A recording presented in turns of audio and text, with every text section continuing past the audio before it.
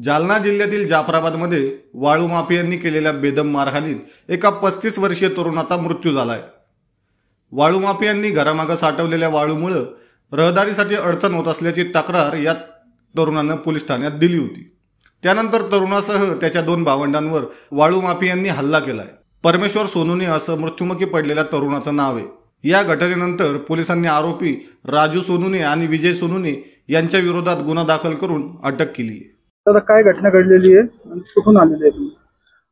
मी जाफराबाद तालुक्यातून आलो आहे। आमच्या जाफराबाद तालुक्यातील सावरखेडा एक गाव आहे छोटंसं। या गावचे सर्व रहिवासी सर्व माझे नातेवाईक आहेत आणि काल रात्री यांच्या वाळूच्या टिप्परच्या वाहतुकीवरनं यांचा आणि वाळू टिप्परवाल्याचा म्हणजे थोडक्यात वाळू माफियांचा वाद झाला।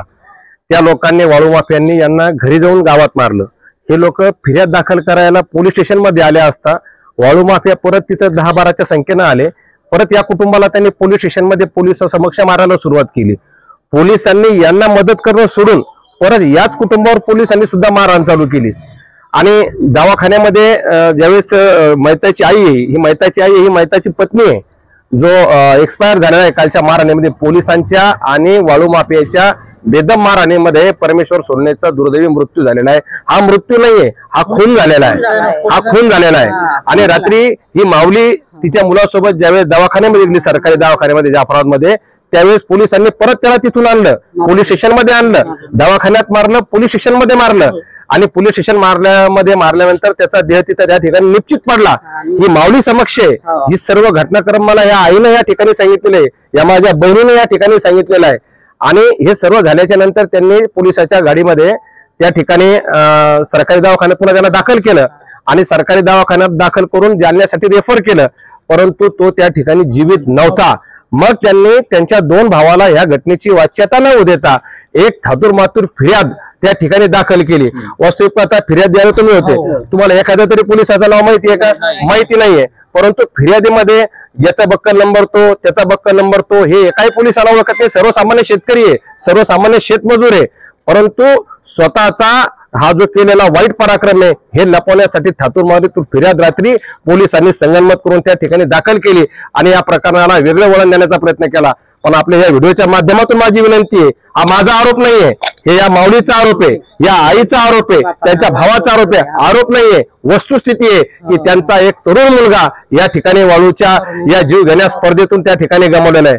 आमच्या जाफराबाद तालुक्यात या अगोदर सुद्धा महिनाभरापूर्वी बोरगाव फादाचा सुद्धा एक असाच खून झालेला आहे आणि हा खून वाळू व्यावसायिकाने केला होता आणि हा दुसरा खून पोलिसांच्या मदतीने वाळू व्यावसायिकाने केलेला आहे।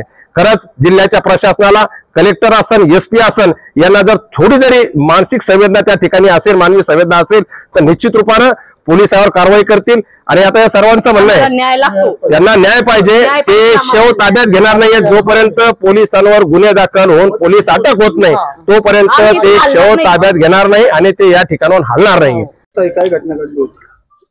घटना अशी झाली की मी माझ्या मिस्टरला पोलिसांनी मारलं आणि हॉस्पिटलमध्ये टाकून दिलं। हॉस्पिटलमध्ये टाकलं आणि लगेच परत निघले। मी तोपर्यंत 5 मिनिटं उशीर झाला मला, नाही तर मी त्यांना पाहिलं असतं। आणि तिथं मी सिस्टरच्या पाया पडले की विनंती केली की माझ्या मिस्टरला बघा। त्यांनी सांगितलं की नाही, आम्हाला पोलिसांचा आदेश आहे की आम्ही काहीच करत नाही, डॉक्टरला सुद्धा बोलवत नाही। मग याच्यानंतर मी डॉक्टरांना बोलले तर त्यांनी पोलीस आल्यावर उपचार चालू केला।